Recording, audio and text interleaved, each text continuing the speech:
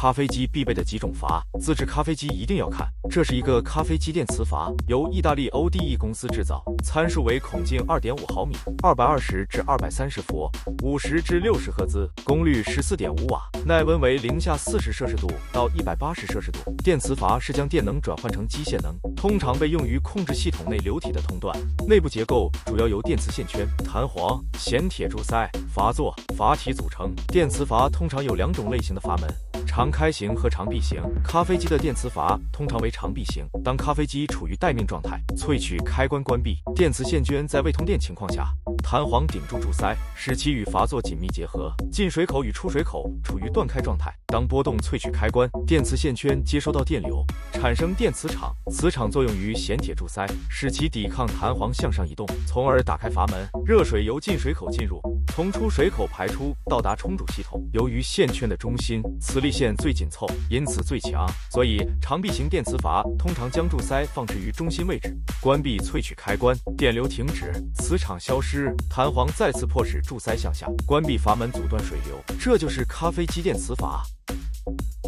这是一个咖啡机单向阀，材质为不锈钢或黄铜，通常为引导水流从单一方向通过，防止逆流。单向阀内部构造为阀体、弹簧、密封件、阀门元件，指内部可移动的部件，一般采用球或挡板等结构形式。打开电源，水泵启动，水通过单向阀进水口进入，水流压力迫使球体下压弹簧，阀门打开，液体沿缝隙流出阀体，穿过管道进入各个锅炉内。当水位探针监测到水位线达标，进水停止。此时，由于进水处压力低于弹簧压力，弹簧推动球体，封闭管道及关闭阀门，使水流不受管道压力，导致逆流。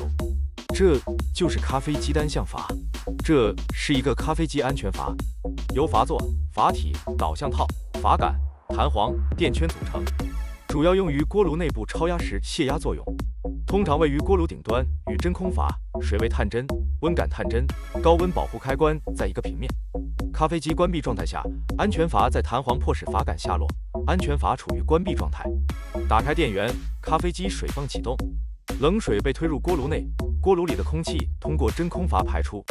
当水位探针检测到锅炉水位线达标时，锅炉电磁阀关闭，切断进水。锅炉内的加热体开始进行加热，随着温度升高，产生大量的蒸汽。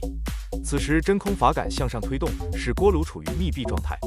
压力继续上升，当达到 1.5 bar， 水温达到127度时，加热体应停止加热，让锅炉处于保压状态。假设温感探针损坏，加热体继续加热，锅炉内压力超过上限值。此时在气压作用下，推动安全阀弹簧，阀杆向上，阀门打开，释放多余的气压，让锅炉内的压力回到安全气压范围内。这就是咖啡机安全阀。这是一个咖啡机真空阀，由阀座、阀体、导向套、阀杆、电圈组成。真空阀主要用于保持锅炉与外界连通的作用，通常位于锅炉顶端，与安全阀、水位探针、温感探针、高温保护开关在一个平面。咖啡机关闭状态下，真空阀阀杆处于下落位置，锅炉与外界处于连通状态。打开电源，咖啡机水泵启动，锅炉进水电磁阀打开，冷水被推入锅炉内，锅炉里的空气通过真空阀排出。当水位探针监测到锅炉水位线达标时，锅炉进水电磁阀收到信号，电磁阀关闭，切断进水。锅炉内的加热体开始进行加热，随着温度升高，产生大量的蒸汽。在蒸汽压力下，真空阀阀杆向上移动，阀体关闭，切断与外界连通，锅炉处于密闭状态。压力继续上升，当达到 1.5 bar， 水温达到127摄氏度时，加热体停止加热，此时锅炉处于保压状态。关闭电源，锅炉内的温度下降，气压降低，真空阀阀杆在重力的作用下再次回落，锅炉与外界再次处于连通状态。这就是咖啡机真空阀。好了，今天的视频就到这里了。如果真的想自制咖啡机，一定要注意安全呀。我们下期视频见，拜拜。